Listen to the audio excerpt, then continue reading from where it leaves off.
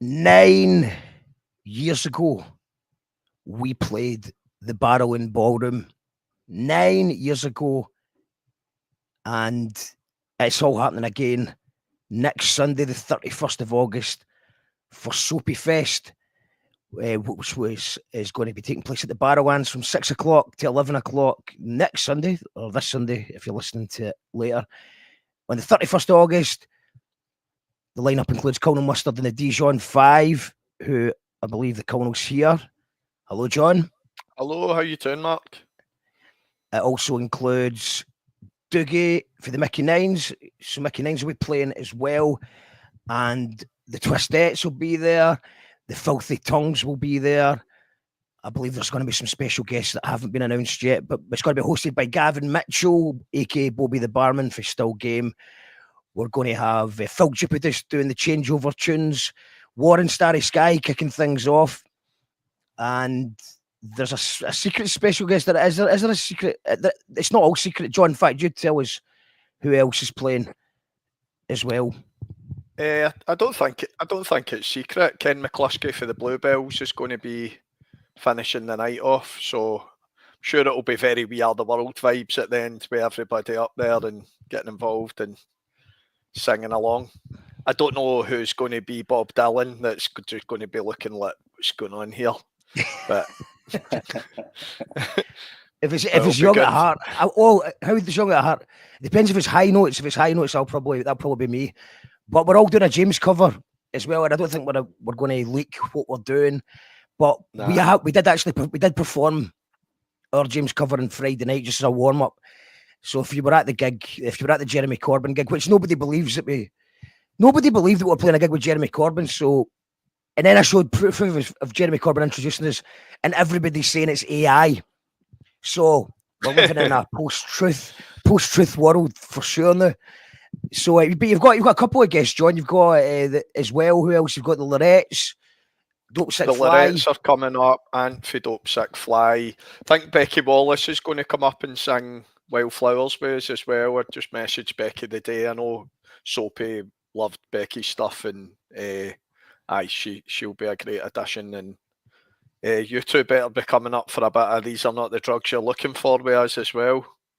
Well, I'm up. I'll probably be up for it. I think I love doing a wee cameo. As you know, I don't even know if the Mickey Nines even invite me on stage. I just sort of appear sometimes. I like the fact that sometimes you don't know if Mark's at a gig, or usually you do, but sometimes he just appears. Like at the start of These Are Not the Drugs. Oh, there's Mark. Yeah, I just saw someone's in the middle of a conversation and I just say, "Oh, that's my tune. I've got to go." And it's like I've not actually been officially invited on the stage. But yeah, well, I'll try and do all three. Cameos are fun because cameos there's no pressure. There will be pressure before the actual gig for the band. We've got some special guests as well. I'm not going to say who our starting lineup is yet, but we've got some special guests. We'll keep that a surprise. But yeah, the barras. I feel like us playing the barras 9 years ago for us anyway. I think that we kind of peaked too soon, and everything else has just been filler ever since. That's how good a venue it is. That was your net worth. Yeah, that was my my personal net worth. Dougie, what's it like for you guys playing the barras? Yeah, I mean, obviously amazing. I think we played it the same night that you last played, maybe, or maybe you've played it since then. I think actually, Mark, I think you must have played it since then, but we've played it once before, and it was obviously amazing. I think in a way it was kind of the coolest part was just being backstage and being like thinking about all the people that have been in this backstage bit. Do you know what I mean? That for me was pretty cool.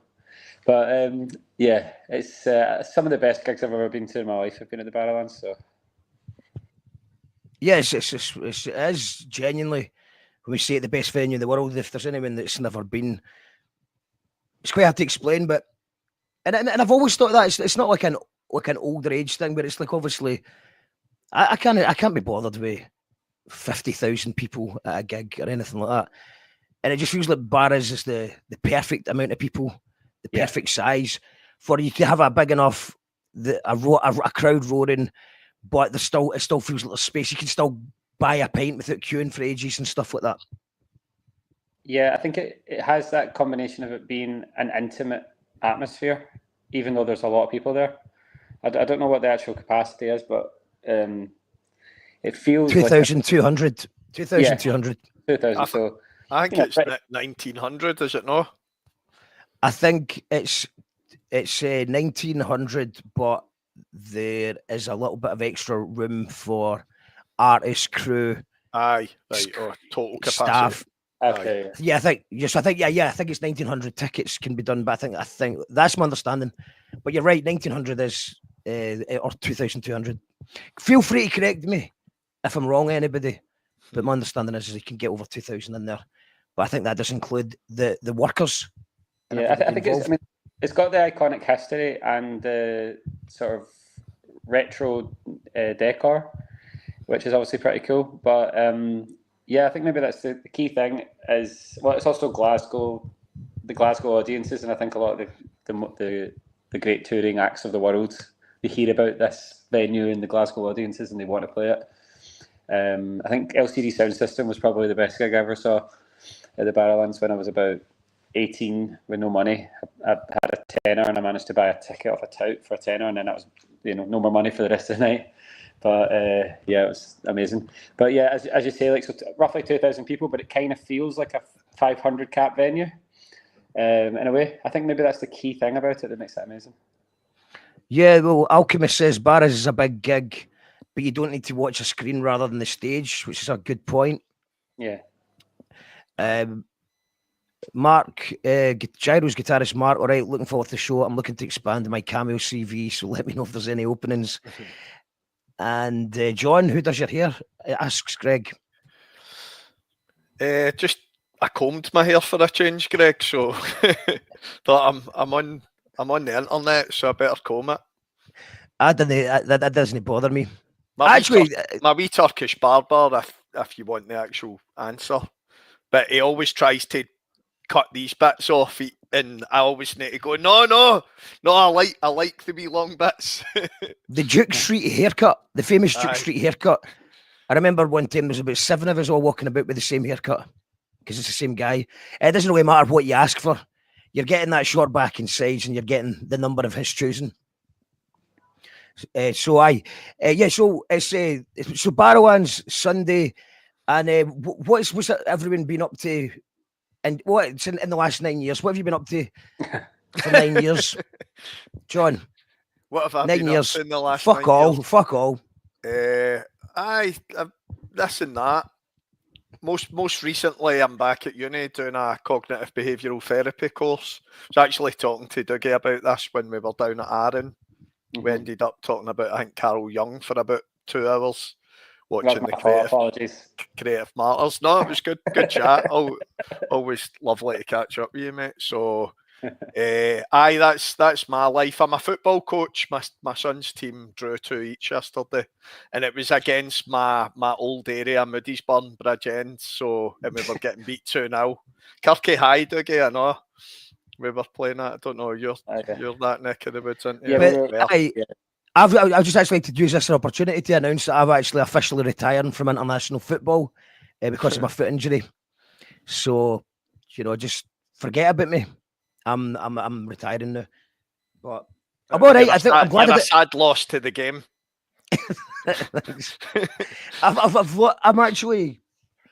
I've been having so much FOMO, as they call it, about Soapyfest because I really wanted to go. And it's the first gig ever cancelled. It was Jackal Trades supposed to play yesterday.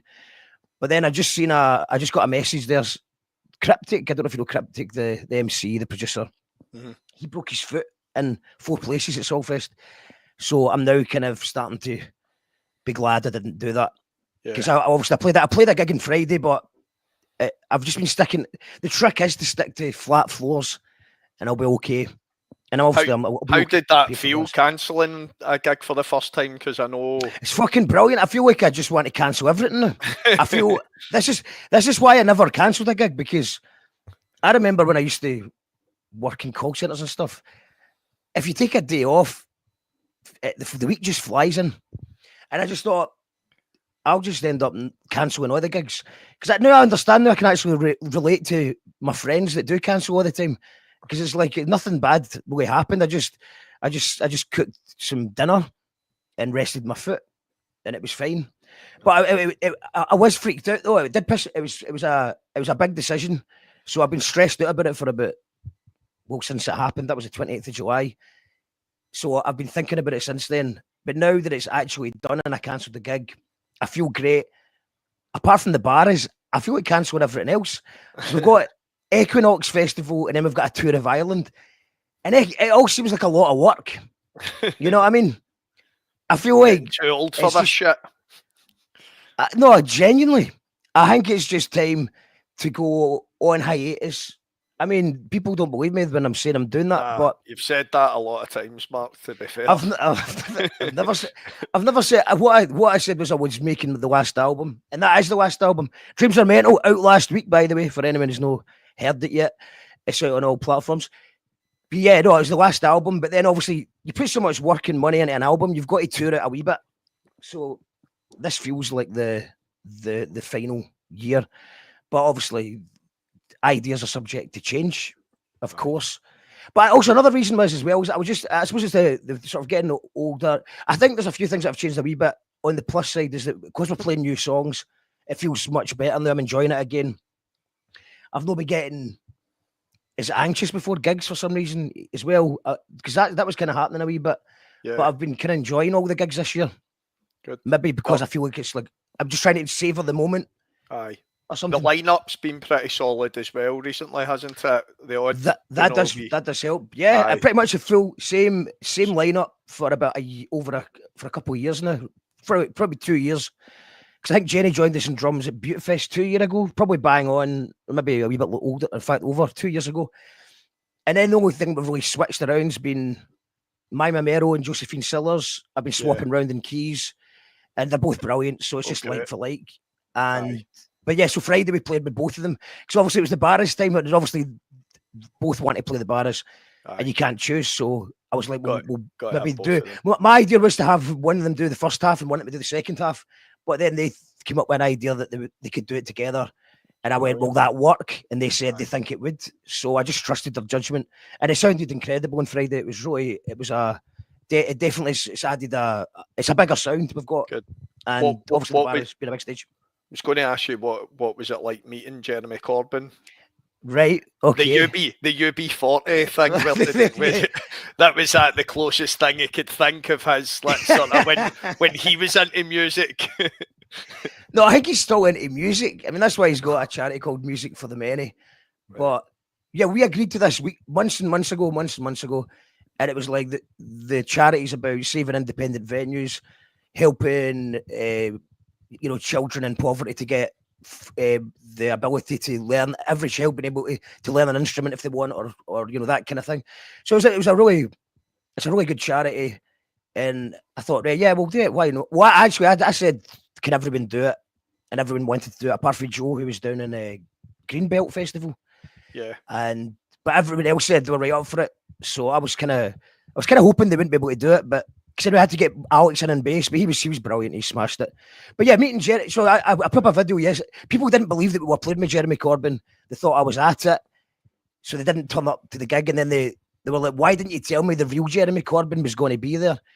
And then I've had other people like Robbie Gunn, the original, older Gyro's guitarist of the Utopia era. He messaged me saying, "Is this AI?" So I've been getting messages saying that it's AI, but no, it was dead nice, man. I mean, I think he did a lot. He already did, it's like his life must be like a Charlie Brooker episode. He just spoke at a strike, given a speech, probably did about 10 TV interviews, and then he's just introducing everybody, and he posed for some photos with all the bands. I couldn't really I'm going to do a proper show about this tomorrow, actually, that I've gathered my thoughts, because obviously I'm getting I don't use TikTok very often, but I uploaded that Jeremy Corbyn saying they like the updated version of UB40, and it's the first thing I've ever had. Well, I don't know if it counts as viral, but it's got about 5,000 views, which is I've only got about 200 followers, so it's a lot for me. And it's just like 200 angry right wingers saying that how much they hate Jeremy Corbyn. They really do hate him, don't they? It's like unbelievable, but it makes you think, that this guy Gammon kryptonite. This guy must be doing something right. if this amount of right wingers absolutely despise him. And I don't know who it is. I don't know if it's. I don't know how many of these people are. Obviously, I'm not going through their other profiles, so I don't know. But some of them are obviously bots.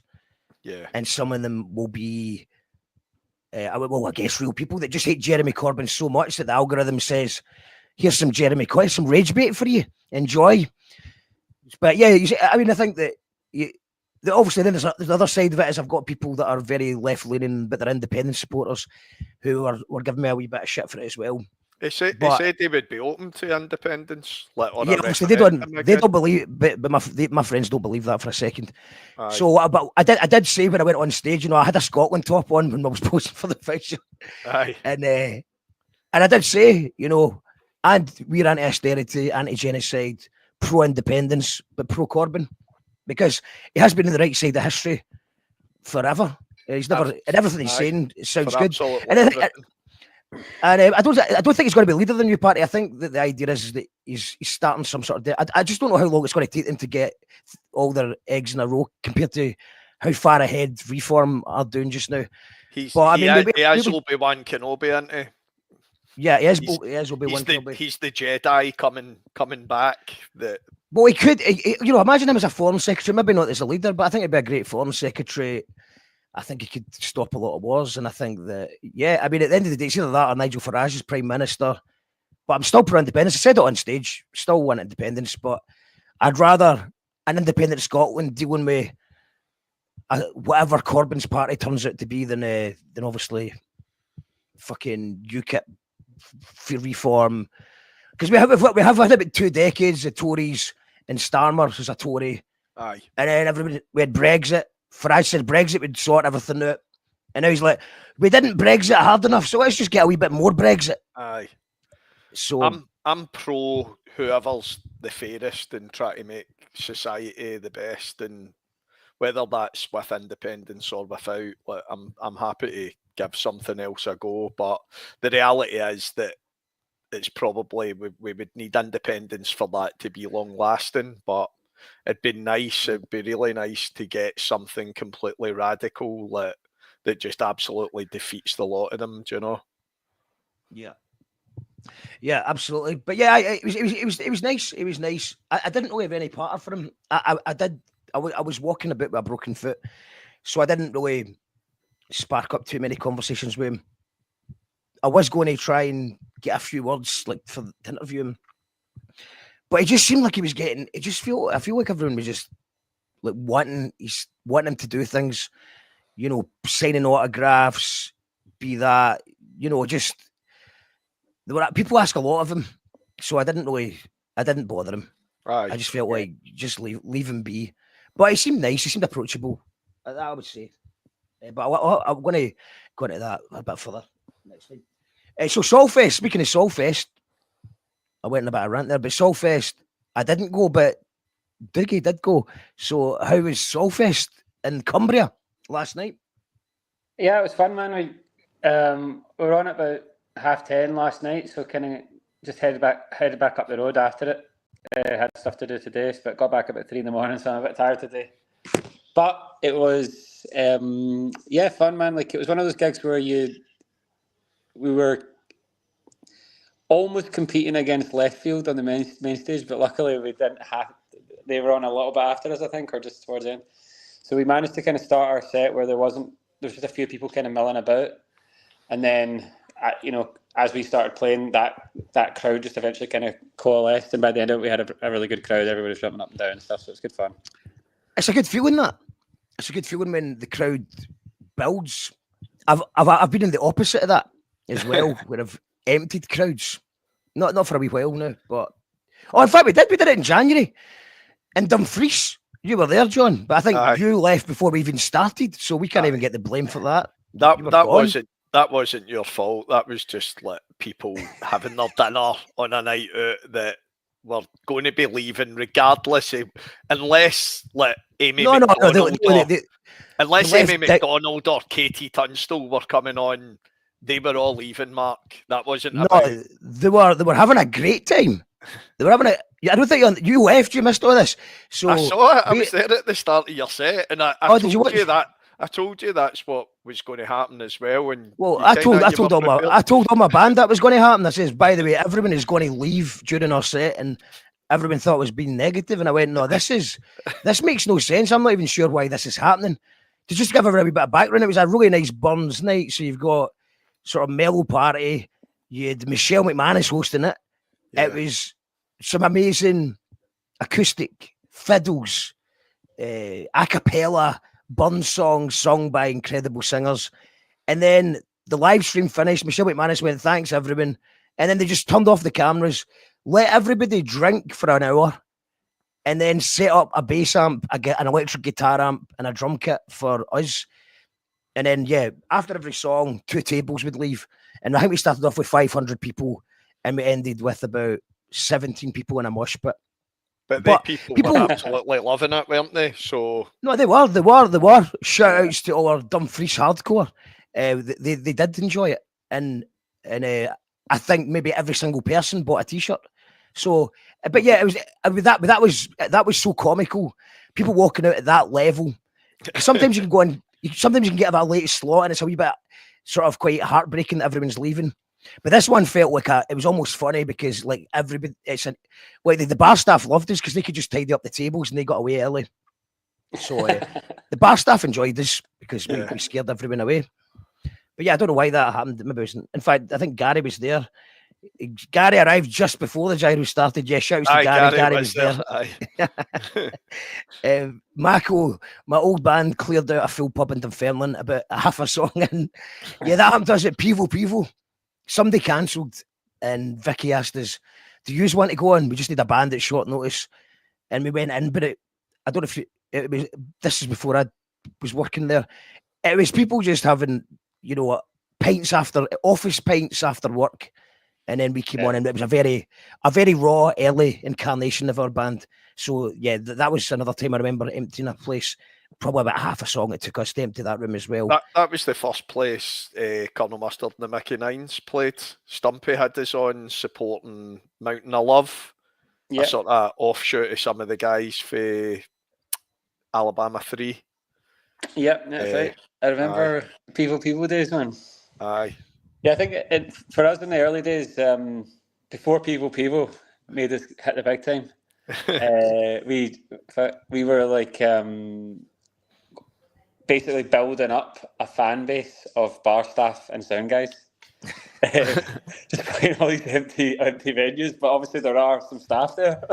And then so that you'd get a few guys at the bar come up after and go, oh, that was brilliant, mate. And what's your band called? And you do enough of them, then you have about 100 fans. I had a guy at my work that's a Mickey Nines fan the other day. He's a social worker, so you've moved into the social work stratosphere. Nice. He was going, me and my mates go and see the Mickey Nines. We'll maybe come to the barras. So. Oh, in fact, that reminds me, I should give a shout out to, I can't remember the name of their business. They have it's like a CBD kind of therapy place. I'm not sure the exact name of it. It's basically next to where the old Chai-Ovna was in the West End of Glasgow. No, it's actually in the Chai-Ovna. Oh, yeah, the Lane. Yeah, I was walking by there the other day, because there's a record shop down there, so I was buying a record, and then I was like, I wonder if that Chai-Ovna place is still open, and I kind of put my head around the corner, and there's just a couple of guys sort of standing there like carrying some boxes, and they were like, oh, can we help you? And I was like, oh, sorry, I was just trying to see if this place was still open. And they're like, oh, really sorry, mate.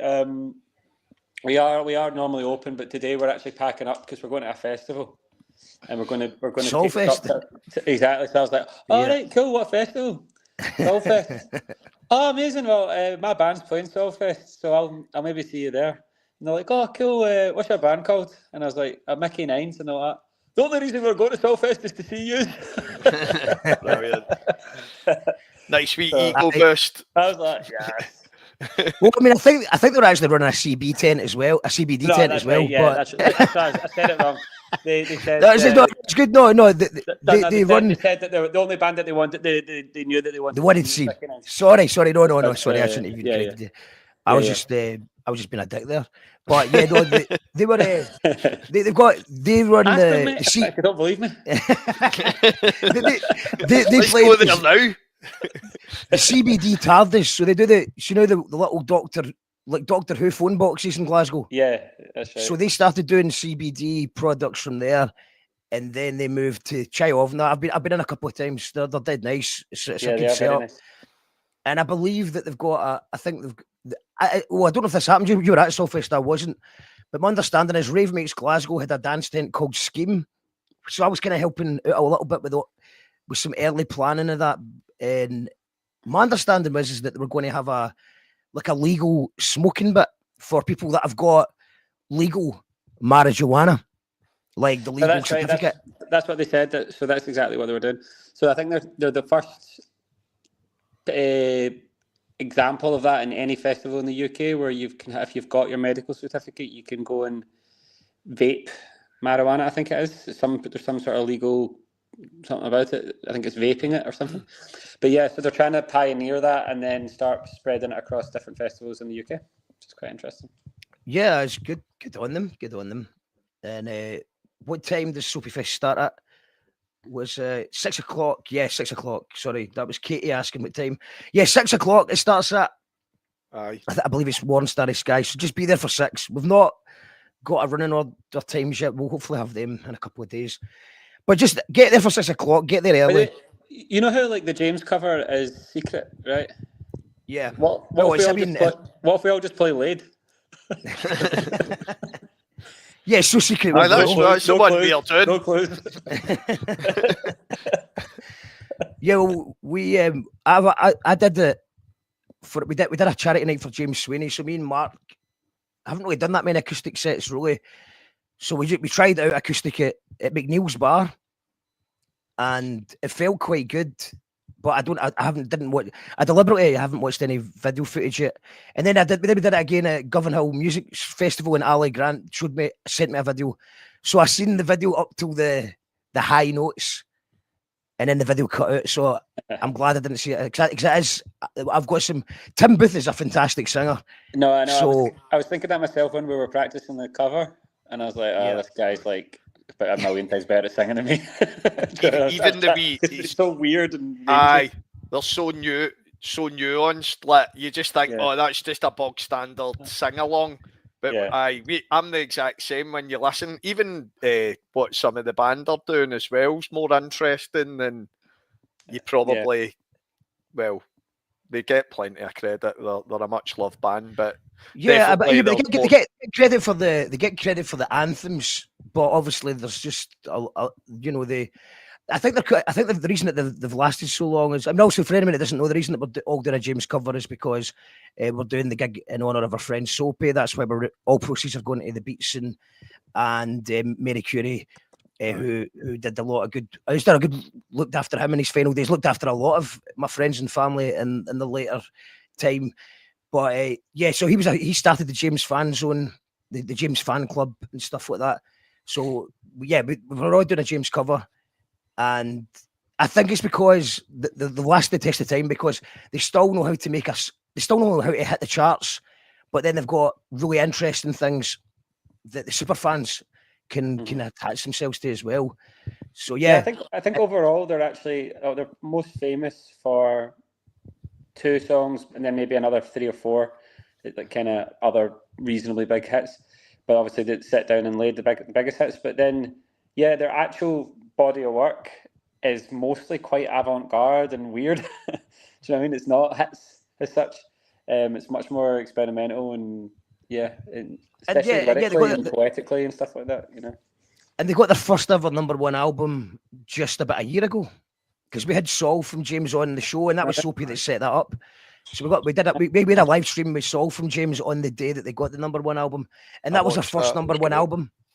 That was their first ever #1. They deserve it. They said actually they had the best of James was the #1 as well. So I was like, that counts. Saul was like, no, it doesn't count. And I was like, I don't know. I think it counts, man. If I was to bring out a best of the greatest hits, if we were to bring out greatest hits and it got #1, I'm counting that. But I suppose it's all about perspective, isn't it? Aye. I think as well. I mean, the best of ABBA is the best album of It's Alan Partridge. I would have to say. What's your favourite Beatles? Best of the Beatles, aye. I would have to say it's the best of the Beatles. Katie said, sorry, Kate, hold on. It broke my heart when I found out that James from James wasn't called James. Yeah, I did think it was called James as well. From James, aye. It's quite a bold name when you think about it. Just James. Aye. It's a pretty rubbish name, but then it doesn't matter because they're a good band. Well, it's like Dave, like the rapper Dave.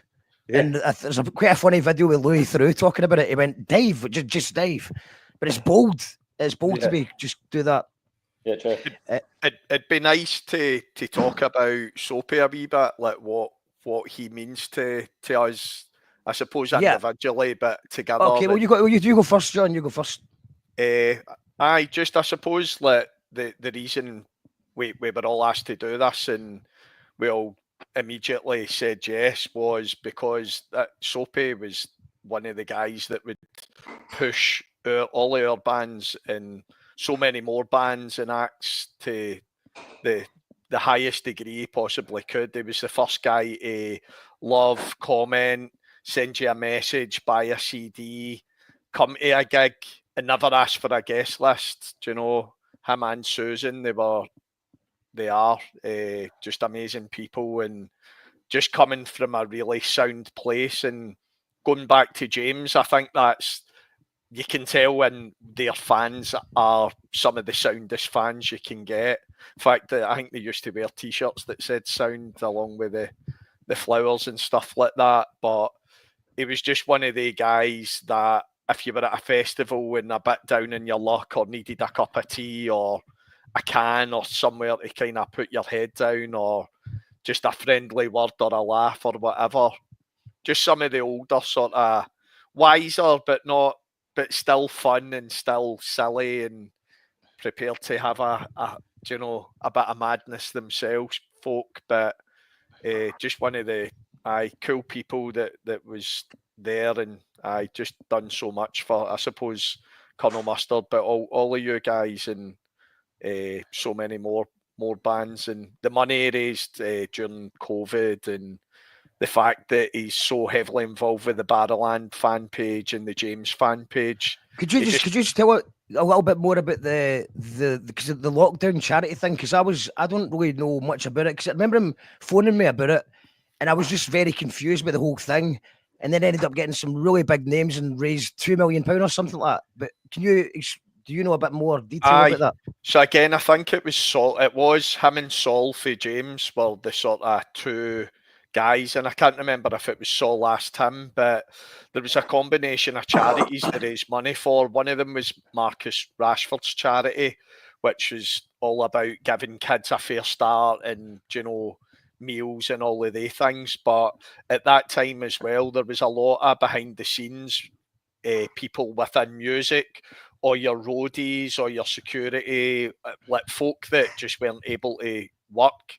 And a lot of the money raised was for the guys. I think it was 2 or 3 charities, and I think they ended up by raising a couple of million, so they were able to kind of divvy that money up. And it was amazing. Liam Gallagher and Sam Smith, and they had big American acts. And I think that was possibly the one time I might have been no raging, but a bit like, how asking Colonel Mustard and the Girobabies and Mickey Knights to that because one. Because they've got Liam Gallagher. Exactly. But it was one you just had to go, do you know what? And I suppose that's Soapy in a nutshell. He was about how do we raise the most money for this thing to help the most people. And I suppose that's what Soapyfest's about for the Beatson and the Curie. Just all the bands getting behind this amazing guy and what he stood for, and try to help these 2 charities that do so much good work for people with cancer and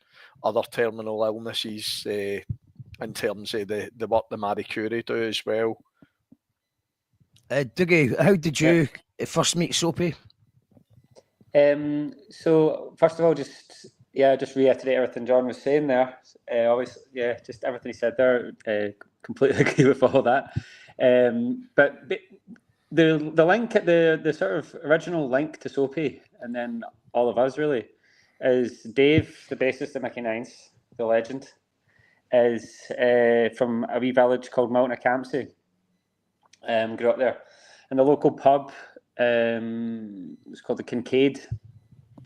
And so basically, Soapy and Susan used to drink down the Kincaid, and so did Dave and his brother. And Dave was quite young; he was about 18. So Mickey Nines had not even really started. I mean, we were a band, but we hadn't really done that much. Just kind of jamming, the odd gig, Cumbernauld Old Town Hall and stuff like that. And then so Dave and Soapy was really into his music, and him and Dave would always get chatting about music. So Dave invited. You know what? This might be slightly wrong, this story, but this is my understanding. Something like this. Dave invited to come and see us. I think King Tut's maybe it was one of our first kind of bigger gigs. Well, bigger gigs. It was big at the time for us. You know what I mean? And then I think he came, and he really was not expecting anything. He was just coming to see because his pal Dave was playing, and and he was just really, really blown away and really impressed. And then from there, he would come to Mickey Nines gigs, and I think that's how he kind of started to see Girobabies and Colonel Mustard and stuff like that when we used to play together all the time. So I've just kind of, he's always been for our band, like basically our big, like from the way I see it, it's like our biggest fans. You know what I mean? So in a way, it's like it's such a special thing, because when you get that, especially when you're starting out, this guy kind of has faith in it, and he's like, "Oh, you guys are great. I really love it." And you've got okay, so actually somebody actually likes this. You know what I mean? And so it gives you the confidence to keep doing it. So that was really important to me, especially when I was really young. I was only 18 or so. Maybe, I don't know, maybe slightly older, but very young anyway when kind of first met him. And then I guess in a weird way, like my fondest sort of memories of relationship with Soapy is being at a festival for maybe a couple of days. And part of the ritual was maybe in the morning you kind of get up, there's a few people around where you're at, you're doing your thing, and then you kind of like, what we're going to do, we're going to the site. No, do you know what? Let's go and find Soapy, because they had the van with the big flag with the smiley face, so you could always find them. And then they'd be up, and it'd be him and Susan and a couple of their pals sitting about around a wee table, drinking prosecco usually, and they'd surely have a wee glass of prosecco for you. You'd sit down, and then you just like have a wee chat about the night before, and it was just the best crack ever. Do you know what I mean? And especially Susan as well, the amazing stories, and I particularly liked when Soapy and Susan would tell the same story at the same time, and then kind of interrupt each other, and then add details and correct each other about all their mad antics. There's like a really funny one about them. I think meeting Rufus Wainwright or something like that. I can't remember the exact details, but I remember really funny revolving around Rufus Wainwright or his sister or something. So I think Soapy met him in a lift or in New York or something like that. Anyway, these kind of things. Do you know what I mean? These kind of madcap adventures they used to get on. So that's for me was just the best crack. And then also the wee festival Lockstock in Dalavik, I think it's pronounced, on Loch Awe. We played that there in the early days, and we just kind of brought our pals. So it was like me and a group of our friends of about 10, and our band and about 10. Well, maybe another 5 friends, about 10 or so, and then just these people that live in this village, and Soapy and his pals, and just hanging about with them in this beautiful location with this wee sort of pop up sort of local festival, DIY mini festival. I remember the 2 times we played as well. The weather was amazing. It's so sunny. And just all these kind of just beautiful memories of the early days of getting into the music scene and just hanging out with them, and just brilliant memories, man. That's what it's all about. Yeah, definitely, absolutely. And what about you, Mark? Well, I don't see. I think I don't remember the first time, but it was just. I think it was probably because we played a gig with one of you guys, and I think that then he came and introduced himself, and then I think actually. It came up on our friendship because I was looking for photos, because I was trying to edit a video of all the music videos he's been in, but there's so many. So if anybody's, I'm going to try and finish that this week though, before the gig on Saturday. He's in Superman, by the way, just so you. Yeah. He's got. So yeah, I'm trying to get. So yeah, if Superman. Sorry to interrupt, but I need to say that it's such a good moment, because the Superman video for Mickey Nines, it's like 3.5 minutes long. and it's just the last 5 seconds he jumps out the cupboard dressed as a pharaoh. That's it. You need to include him crowd surfing at the Lavik to Mickey Nines as well. Yeah, that's a great moment. That's a great moment, yeah, for sure. Yeah, well, we were all obviously we were actually going to play a wee acoustic set when he was in hospital, but then obviously things just happened, deteriorated quite fast. So we were thinking we're all going to go to the Lavik. So I'm glad that you said it first, because I pronounce it differently every time I hear about the Lockstock Festival. So that was the first time I went. It was we kind of did a sort of a Girobabies set, I suppose the best way to put it. It was kind of like half Colonel Mustard, but you had a couple of band members that knew our songs. So then we had a great night at Lockstock, and that was kind of like it was a strange atmosphere, because obviously we were hoping he was going to make it there, but it was just, so it was quite raw, it was quite fresh, but it was a beautiful part of the world, and we ended up in a boat sailing about at about 7 a.m. But yeah, it's just like, there was loads of stuff like just all the music videos appeared in. He's one of the few people that shares things. Yeah. You know what I mean? When you because like a lot of people don't understand that the power of that. If somebody's got a new music video or they've got something, when people just share it or even talk about your music, it makes such a big difference, because people are kind of desensitized to adverts now. So when somebody actually says they genuinely love a new piece of music, and they're not on the payroll, then you take it more seriously, especially when it's coming from a real music fan like Soapy.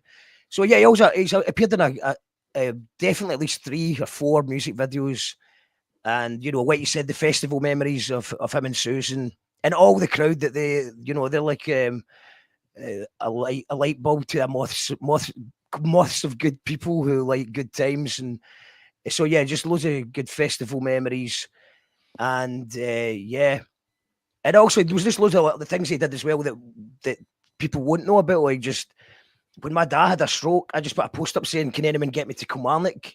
Like, I need to get Kilmarnock straight away." And Soapy straight away just messaged me, and he just drove us down to Kilmarnock to visit my dad and took me back to McCool's. I think I played a gig that night. That was one of the gigs that nearly cancelled, but didn't, because thankfully Soapy stepped in. So yeah, just a lot of happy memories, and just I'm just a positive guy. With a great dress sense, a good taste in music, and like I think Susan said, just to reiterate it as well, was just like he would actually love this. The fact that there's that picture. I think it was Colin Bilby that took the picture with the umbrella. Yeah. So shouts to Colin. So you might have seen these posters. They're everywhere around Glasgow. If you see one, please take a picture of yourself next to it, because we're going to try and collect them all. Yeah. And yeah, it's just he would love this first. A pal of mine who didn't know Soapy, he was in a kind of different circle, saw the poster and he took a photo of it and he sent it to me. He's like, "Dougie, why are you playing like a bubble party?" I don't know what's a bubble party. Am I being naive here? I don't know what a bubble party is. Soapy bubbles. Oh, okay, I've got you right. Okay, I went to one of them. I think it was called Expo. Was it Expo in Kilmarnock? Right. For my 18th birthday. I think it was Expo. Someone correct me if there's any other people in the chat. I might have got that wrong. But it was like a foam party. A foam party. Maybe that's what I meant. A foam party. Yeah, they don't really do that anymore. The health and safety is, John, I think you should go back to where you were, because your internet went a bit weird there. But yeah, the foam party, because people are just sort of drunk and falling all over the place. But it was quite good fun. No worries, mate. So you don't really hear of foam parties. I think they still do it in, I'm sure, Ibiza and Spain and that, where you're less likely to get sued. That's the last foam party I went to, was Ibiza. My pal that Codge, that looks like Ross out of Friends, he ended up on a bus going to the other side of the island, and it was a whole drama. But that was a. I don't know if I'm showing my age by maybe get some calling it a bubble party or not. If that makes me too all right, so no. Well, I think in this circumstance, I think you're maybe showing that you're maybe younger than us.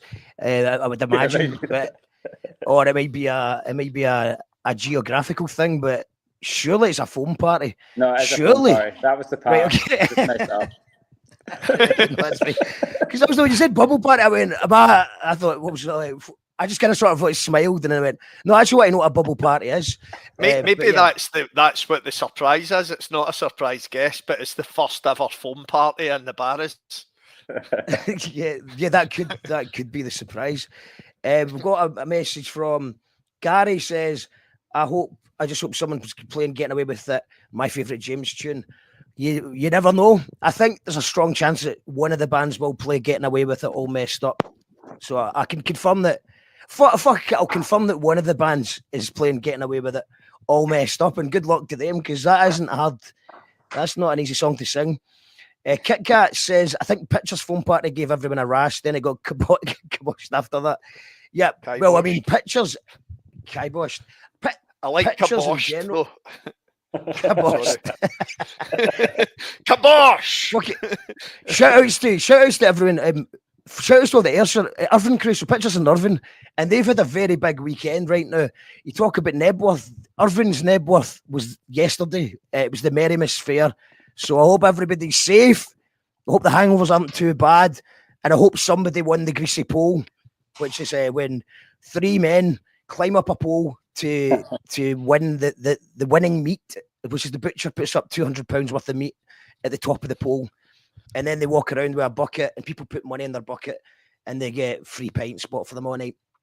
So, in fact, I do know that somebody did win it. Shouts to Mark and Angie. They were our eye on the our eye from the sky, or what, or boots on the ground. They said that the first team won the Greasy Pole. So happy Marymass for all those who celebrate it in Irvine. And I'm absolutely surprised that Pictures is still a thing, because that's where I watched the Jungle Book. It used to be an actual Pictures. But now it's called Pictures, as in they sell pictures. So good on them. You should have a bubble machine for the barras, though. Yeah, I mean, I'm sure that there's going to be some sort of stage thing. Are you bringing your curtains, John? You're a £10,000 curtains. I might bring my curtains. I could have a bubble bath behind some curtains. Come on in a bath. We'll see. Well, we were planning for our album launch, wearing the dressing gowns because the sort of Dreams Are Menta sort of idea. But then a band played Slay the week before us that did exactly the same thing on the same venue, and I just thought it would look like we stole their ideas. So I was just dressed normal. But we've got an idea for this week. We've went through a few different ideas, and I think we've settled on an idea. So we've got some visual surprises, I think. Mickey Nights don't have any special guests, do they? Or would you tell us if you did, or do you just don't believe in it? Yeah, we don't really believe in it. Although you're welcome to come up, Mark. You know what I mean? Yeah. I mean, I don't want to. If it's grudging, I don't want it. I will anyway. Yeah, that's fine. What are you gonna do? I should say I've got my Soapyfest t-shirt on. Oh, brilliant! You can buy these. You can buy these from the Barrowlands on the night, but from Blitzkrieg Records in advance. And it's got all the band's names on the back and Gav Mitchell's name and all that. And again, money raised for these goes to the charities. But if you buy a ticket for the barras and or a t-shirt, you get entered into the draw to win the guitar that Nile Rodgers signed. And he wrote We Are Family on it as well. So definitely well worth it. And they're lovely t-shirts. They're really cool. So it'll be a good keepsake. Yeah, I'm just going to put a link in the comments.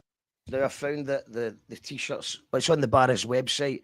So it's important to mention as well that everybody who buys a ticket for Soapyfest goes into the prize draw. And everyone who buys a t-shirt goes into the prize draw. And I think there's going to be a few prizes, but the biggest prize of all is a guitar signed by Nile Rodgers. That's pretty good. That's amazing. It's a cool guitar. I know. I got a wee shot at it the other night. It's like, don't know if it's because his magic hands have touched it, but it had a mystical quality to it. So Nile Rodgers. Were you at the gig? Were you flying in the gig? I was flying in, and we were playing on Tony's roof, but because we were rehearsing that night, I just done that. I had a fantasy that he would see us and go, oh, wait there, man, and come up Yeah. and play Get Lucky. Oh my God, what is that? Aye. Star. Exactly. Yes. See, to be fair, I think Tom Maguire, who supported them, got some massive compliments off him on the night. First thing he said. So Tom got that moment, and to be fair, Tom deserves it. He's great. Nice. Shout out, he's Tom Maguire supporting Nile Rodgers, and Nile Rodgers saying, "Star, star."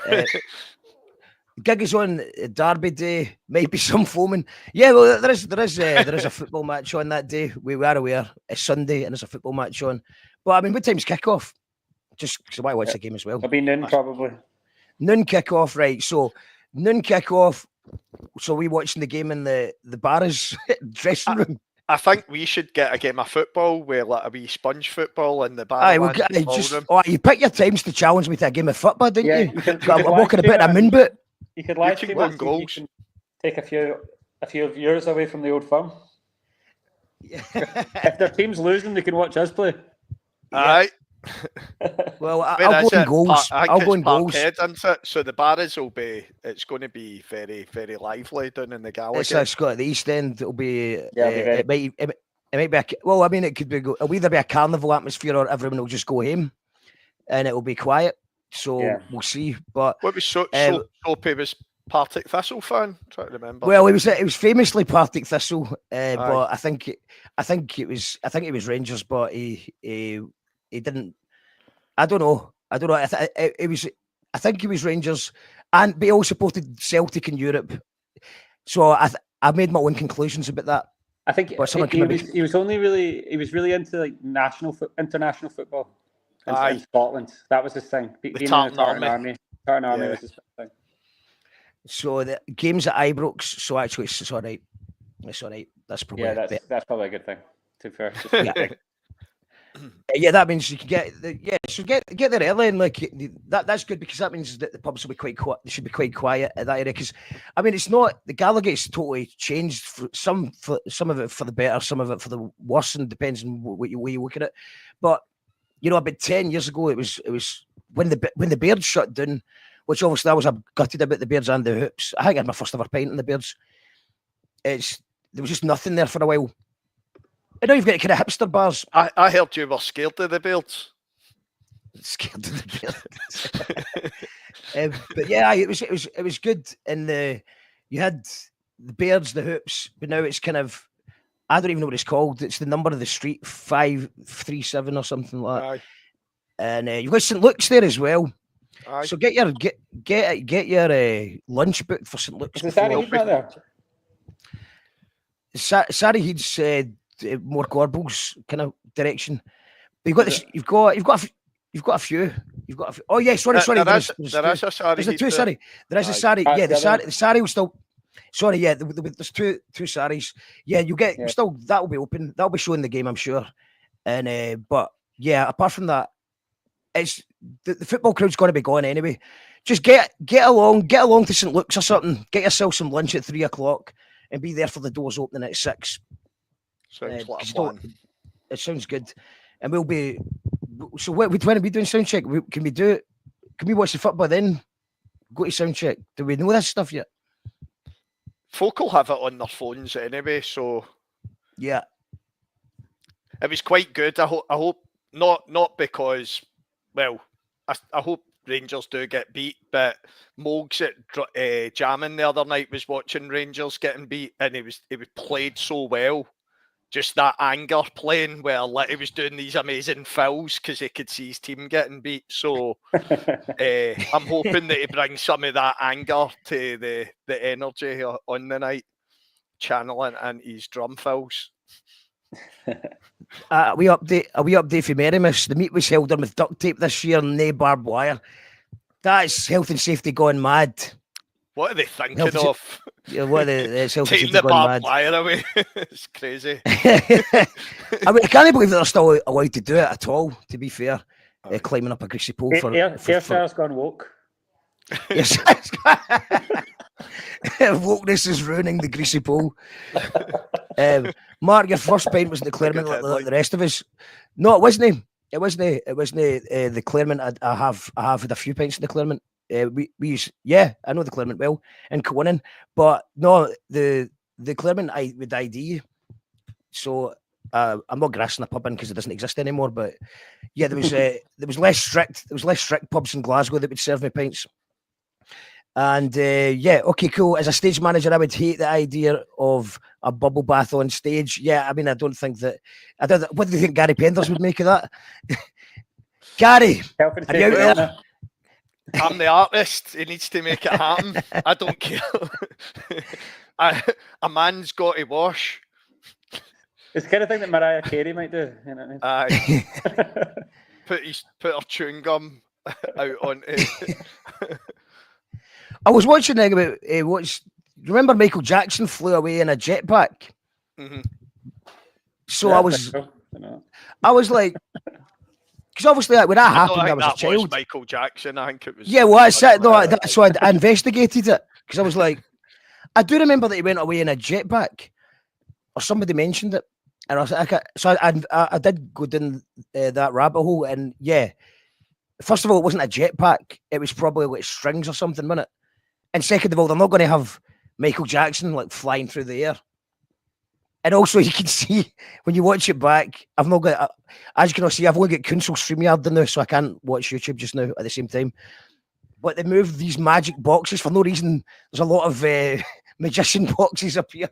They move back and forth, and all of a sudden, Michael Jackson's about 1 foot smaller, and he starts flying a bit. So I think it was rigged. Everything's fake. Everything's a lie. But mask guy, there's a point. The gas mask guy for Mickey Nines. Oh yeah, but we don't know him. But we don't know him, so we don't actually know if he's going to be there or who he is or anything. So if he's there, he's welcome to come up. Obviously, he's a very important part of Ammunition. Yeah. So we genuinely don't know who the guy is. I'm just going to emphasize that now. Don't know. Well, everyone used to blame it on me. Oh really? I was getting to blame it for a while. Just saying, you are the gas mask guy, ain't you? I've had a few folks saying that, but no, I'm not the gas mask guy. I know it's definitely not Mark. I can tell you that because he really nails that role, doesn't he? Yeah, he's there to do a job, and he does it. He's a pro. I wonder who is he? Who is he? I think he. If anybody's noticed, this is a guy that turns up with like a proper war gas mask from the war era, and then he starts marching to the Mickey Nines classic Ammunition. Yeah, he just comes up on stage, kind of. The origin story of that is Kelburn, the wee stage out the front. I can't remember what it's called. Do you know the one I mean? The wee that's kind of before you get in. Pyramid. Yeah, Pyramid. And Mickey Nines, that was one of the first festival gigs we ever got. And afternoon on the Friday, not many people about, really, just kind of people sitting about. And we started playing, and then one of the guys that was sitting about was wearing a gas mask. And so I was like, this next song's Ammunition. It's about nuclear Armageddon. And I was like, this guy with a gas mask, come up on stage for it. I can't remember if I actually invited him up or if he just got up or something like that.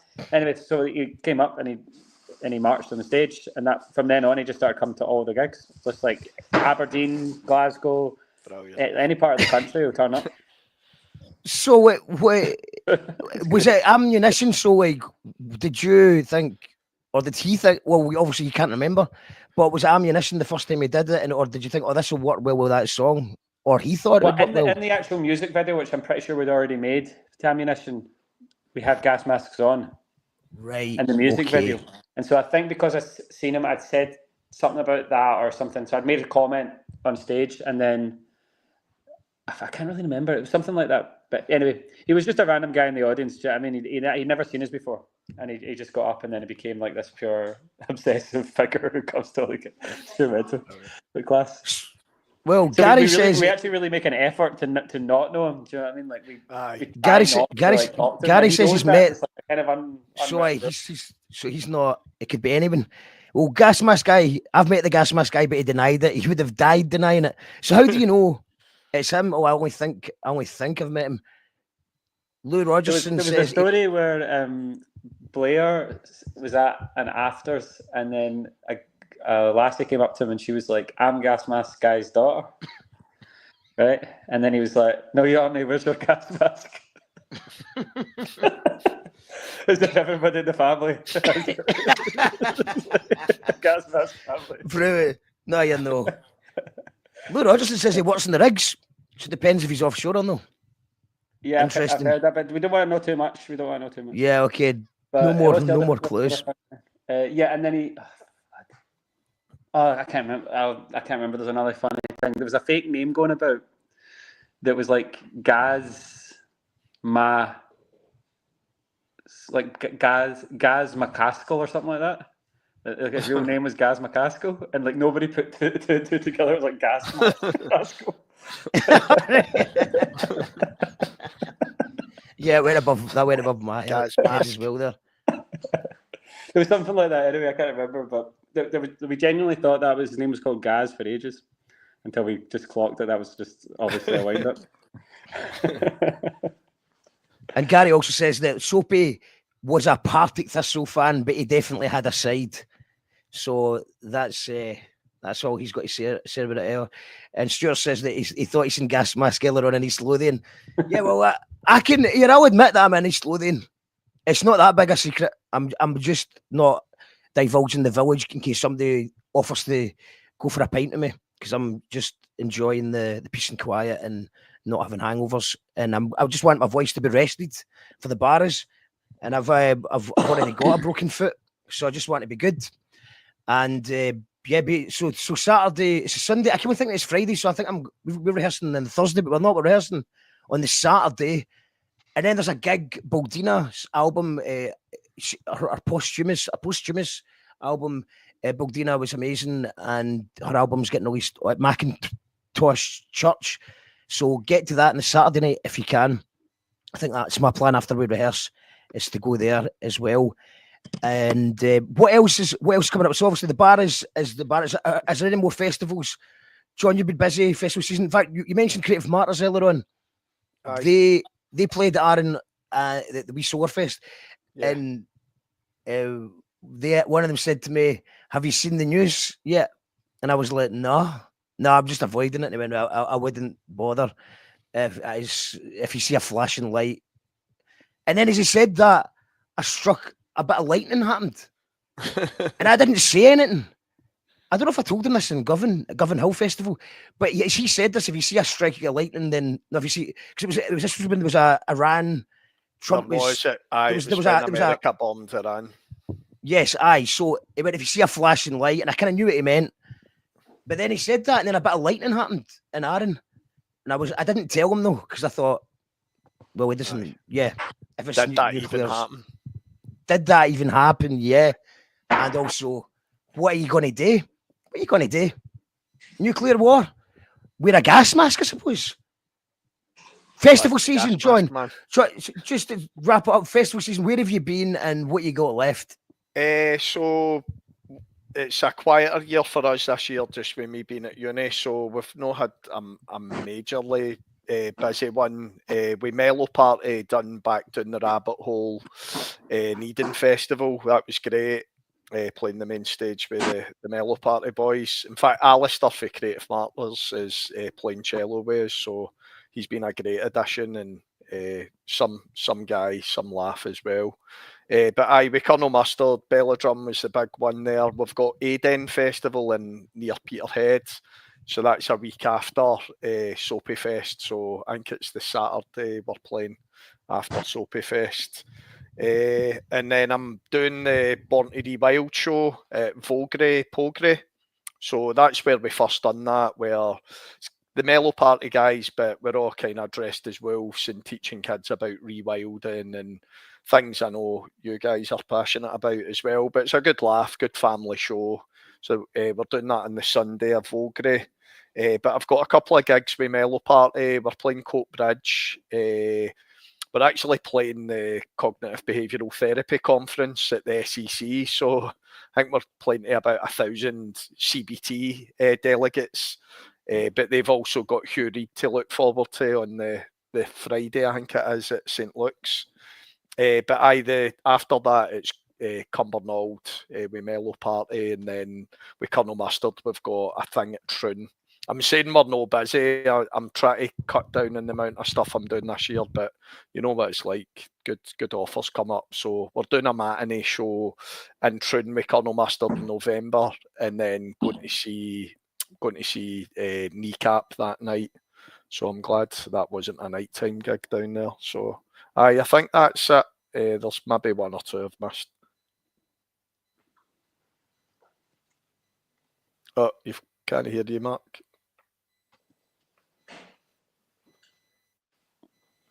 I can do my gigs if you want.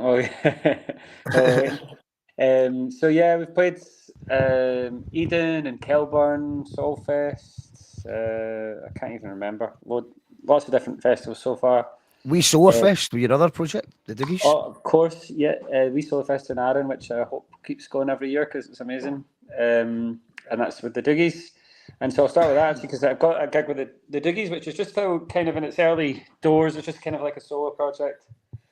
Yeah, you can find a bunch of the songs which have been released already on Spotify and stuff like that, but I've not really played that many gigs. So we've got a kind of one of our first gigs, let's say, at the Leith Arches on Friday, if you're in Edinburgh. But Is that Jade's venue? Yeah, exactly. So yeah, big shout out to Jade Radley and that venue, which is really cool. So you're basically playing it because wanted to, obviously, but also because Jade's a great promoter. And Barrowland's then got Manchester Saturday, the 6th, and then we're playing Equinox Festival on 20th of September. I've got it in front of me. So are we. Yeah, so are we. Girobabies the same night. No, we usually not turn up as usual, but it'll be we're on the Fridays or the Saturday, so yeah, we'll come and see you as always. Usually will be, but yeah, it's we'll Friday night. 5 minutes before our set and then just leave. Yeah, well, you're on the solar stage, I think it's called. So we played that last year, but they've promoted us to the main stage this year. Yeah, that's we're on a kind of late afternoon, early evening slot on the Friday. So if you're going to Equinox Festival, try and get there. Try and get your tent set up early. I think it opens on the Thursday night, so you can get your tent set up and have a wee party on the Thursday. But it's a good time, Equinox Festival. Catch us on the Friday main stage, and then I think we have. You're playing Saturday night. You're headlining. I think we have headlining Saturday. We have you to thank for that one. I think you give us a shout. Yes, thanks so much, man. You do. That's great. And and then we've got a big one coming up, which is the 4th of October at the QMU, which is the Party Manifesto, Mickey Nine's first album, 10th year anniversary. Brilliant. So we're going to play the full album, and we're going to do a bit of storytelling about the early days, because we usually with the Mickey Nines we just kind of rattle through the tunes and just say a few offensive things in between songs. But with this one, we're not going to talk that much, but we're going to have a few wee pictures and maybe get a few people up who are really an evening with the Mickey Nines. No, not that. An evening of conversation and dance. No, nothing like that. and then we're playing Liverpool on the 25th of October. And what else are we doing? Are we playing that? Ulverston on the 29th. I forgot about that. That's kind of like in the Newcastle district. Oh, cool. And then and also I should probably say the 28th of November is going to be the Dougie's album launch at Room 2. So I'm just trying to get the Dougie stuff off the ground. It's easy, slowly. But I've got 2 more albums where that came from, kind of in the works, sort of semi-recorded already. So I'm just kind of going to start dripping that out month by month, and maybe this time next year I'll have released another 20 songs. So it's just kind of fun to have that going as well. But Mickey Nines are also working on a new album, which is going to be we just released an album called Uncanny Valley, which has been doing really well for us online, so I've been pretty chuffed with that. But then we're trying to slight change of direction for the next one, which is going to be a bit more metal and a bit more like System of a Down style. Let's just say that. I don't know, we've not really written it all yet, but something a bit more like that. We're going to lean into the metal just for fun, because we've already made 5 albums, so we just need to keep it fresh, and we've been having loads of fun, Ant's hitting the metal riffs in the studio, so we're just going to do that and see how far we can take the metal stuff. Ant's is the metal tune that Ant's wrote for the band, Wouldst Thou Like to Live Deliciously, has been by far our biggest hit ever, so we kind of feel like yeah, just got to lean into this, man. People like it, man. Let's just do it. Get a gig at Download. Yeah, 100%, man. I actually think if this works, then we might be going more into that sort of market, let's say. So it'd be quite a different gig set for us, maybe for a year if it goes according to plan, which will be fun for us. Do you know what I mean? So we'll see what happens. But yeah, just that's what's the work. So lots of stuff happening basically. Amazing. It's a 10-year anniversary. It's actually 10 years. I think it'll be 10 years since we took Utopia on the day of the Barras gig next. Do you know it's weird? AI maybe predicted the future. I googled Who Took Utopia 10-year anniversary, and it says that we played the Barrowlands to celebrate our 10-year Who Took Utopia anniversary. And at that point, there was no Barras gig in place. And then now we're doing it. But yeah, we're not going to. I think we're going to maybe do a couple of Who Took Utopia. But I want to play Dreams Are Mental, which I want to shout out. Dreams Are Mental album came out on Tuesday. Well, it was out in Bandcamp for everyone that supported it early, but it's now on all the platforms. So I put a link in the comments just now. So if you just go and stream it and download it, listen to it once from start to finish, and then do it again. And then after you've listened to it 3 times from start to finish, then come back to me and tell me if you like it or no. I like your idea. Sorry, you go, Dougie. It's definitely one of those albums that is an album. Do you know what I mean? Like it's good to listen to it in the order, and it's good to just kind of listen to it a few times and get to know the lyrics and stuff like that. It's definitely one of those kind of. It's good in first listen because it's got like a lot of tunes on it. Do you know what I mean? But like it's also one that's just kind of like all the Girobabies stuff. It's it's good to listen to it in the full context of the album and get to know all the lyrics and stuff. I'd definitely recommend that. All right. There you go. I liked your idea, Mark, that if you get, and it was for, I can't remember what Girobabies song you said you were going to do it, but you should put it out to get everybody to set that as their alarm so that every time, like, because you can link that up to Spotify, or whatever streaming platform. So I've got my alarm. The reason I came up with that is because I was doing a System of the Down tribute act with Marilyn Manson tribute act and just all of those kind of bands, and I was a stage manager, gig rep type person, and I actually didn't even get to sleep that night. My insomnia was that bad that I just didn't get to sleep. It was just one of those nights where you just couldn't sleep it off, and you just couldn't sleep at all. So I had the alarm clock as wake up, and I had that every day. So when my Spotify stats came back, my most listened to track was Wake Up, for about, I had 360 plays or something. And I went, hold on a minute.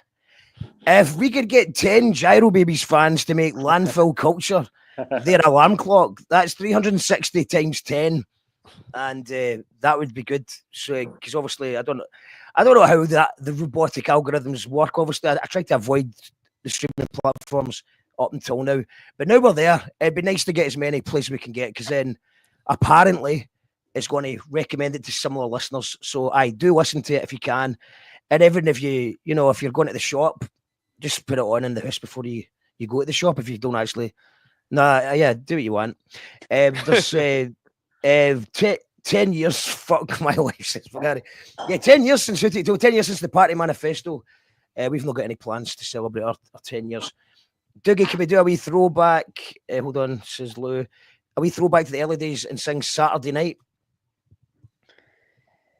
Well, just to clarify, when we did a cover of Wigfield's Saturday Night, didn't actually sing it. I just did a kind of cheesy rap over the top of it, and the band played the melody on the guitars.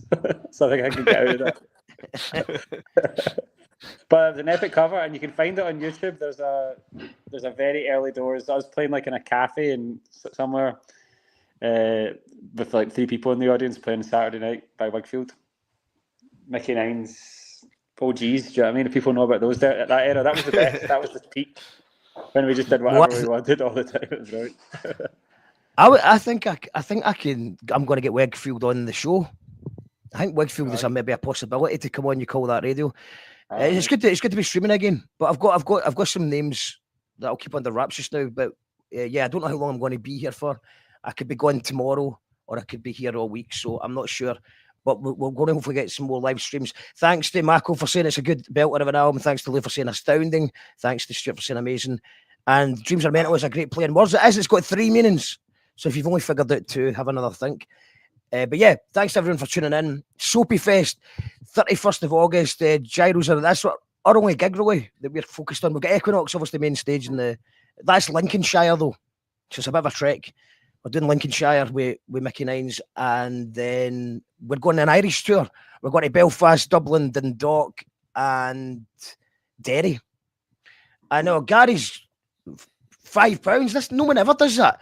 Has John got any plans? Shit, well, it's sold out anyway, but I knew I'd forgot one, a really important one. And for, again, a really amazing guy who I think is back to us all as well at times. We're doing Rockerby, and it's a charity gig. Another guy who was great pals with Soapy, that they, you know, festival stalwarts that always looked out for us, but it's for James Turpey. We're playing Rockerby, and it's sold out already, I think. So, that's in, I think it's in October. So, but I think it's sold out. But contact us if you're really keen to go, and we'll see what we can do. But big shout out to Gary and Ollie James's family. The Turpeys are lovely, and I remember James, unfortunately, it was cancer with him as well, but I met Soapy up in Milton Acampsey when he was really worried about James. And going back to your story about your dad, Mark, that resonated with me when he was talking to me about James. Like, the guys supported each other through a lot of hard times and good times as well. And I think to go back to what the sentiment of Soapyfest's all about, and what Rockerby's going to be about this year as well. It's about celebrating these guys that lived their lives to the full, and unfortunately taken too soon, but boy did they live their lives to the full, you know. So, and it's good for some of the unsung heroes to get the plaudits, albeit it would be nice if they got more plaudits when they were here, but it's nice for their families to see their lives getting celebrated and their friends. Absolutely. And it's September the 20th. That's Duncan. Shouts to Duncan. Is it September 20th? God. I've got a wee diary where I just tick things off, right? Uni, tick. September 20th. Nobody's actually responded whether it's sold out or not, but yeah, just you can figure it out yourself. Google it, or ask. Nobody Googles anymore. They chat GPT it now. GPT, chat GPT, CBD, CBT. Let's end with some cognitive behavioural therapy. So weirdly enough, I've had no stage nerves, touch wood, all year. It just happened to me after lockdown for a while. Mm-hmm. What would your key advice be to someone who, if they were like, if I get to the barras and I'm feeling a bit anxious about it, or if anyone's feeling a bit anxiety, what's a good tip? Anxiety, a lot of the time, it's the intolerance of uncertainty. So if you can start tolerating uncertainty a wee bit more, and that could be go to a different supermarket, go a walk a different route. With anxiety as well, dropping your safety behaviours. So avoidance is a massive... Sorry, continue. Sorry, just continue. Avoidance is a massive safety behaviour.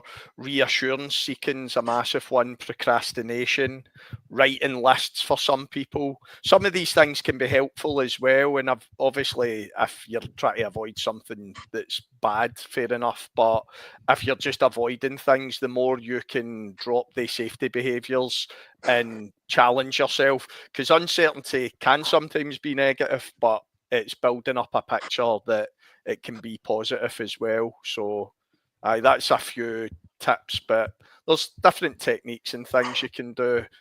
There's a really good SoundCloud thing, and it's more compassion focused therapy, but doing things like, even looking at things like your posture, sitting up straight, getting your shoulders back so that you've got your full lung capacity, and then doing rhythm breathing. So breathing in through your nose, but out through your nose. A lot of people think breathing through your mouth. Yeah, well, I'm going to challenge that. I'm challenging that because, so, see flying. Obviously, you can just take a Valium or have a beer, but I'm not suggesting anyone should do that. But That's the cheat code, right? But if you, I remember when I lost my laptop in Mexico, I had to get 4 flights to get it back. And obviously, once I had the laptop, I was like, there'll be no Valium and there'll be no beer because I can't lose it again. I was £1,000 down trying to get it back. So what I did was, thank you, credit card company. What I did was, it was a breathe in through the nose, and then blow it as if you've got a candle in front of you, but you're not allowed to blow it out. So you're blowing the candle, but you're not allowed to blow it out. So you're going.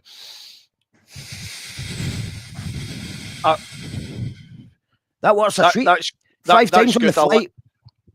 I like that because I think a lot of people with panic attacks think breathe through the nose, out through the mouth, but actually, see if you do that quite quickly, you give yourself a panic attack. Causes you more panic and your heart going and all that. So the breathing slowly out your mouth is probably similar to breathing out through your nose as well. Right. But in terms of phobias and stuff like that, I think me and Dougie actually had a chat with us when we were down at Arran. Exposure therapy, but see if you can build yourself up to a hierarchy of getting to the thing that you fear. But if you're able to do that between 8 and 14 times, then your brain's going to recognize this isn't a real threat, it's just a perceived threat, and it'll then tell itself, actually, this is okay. And it's basically reprogramming your mind, because a lot of the time when we are anxious, we're going into fight, flight, or freeze mode. So your brain's designed to be unsophisticated. That's why people's thoughts might race or your heart's going. It's because your heart's trying to pump blood around your body to your muscles so that you can either fight or run away. And in the modern world, a lot of the time we're going into fight or flight when it's a perceived threat. It's not a real threat. So if you are scared of something, it's about building yourself up to being able to do that thing, but doing it again and again once you're at that stage so that your brain can go, actually, this is fine. But yeah, avoid avoidance and stop your procrastinating. And they're some good tips to reduce anxiety and challenge your uncertainty. Amazing. Okay. I think that's a good wholesome way to end the show on. I've got a link here. There's a link in if you're watching this live, you're listening to the audio version of the podcast, there'll be a link to get your tickets to Soapyfest. We have confirmation from both Duncan and Gary that Rockerby is indeed sell out. So wouldn't it be good to sell out the barras this Sunday? So go and get your ticket for Soapyfest right now. There's a link there. It's going to be Warren, Starry Sky from 6 o'clock.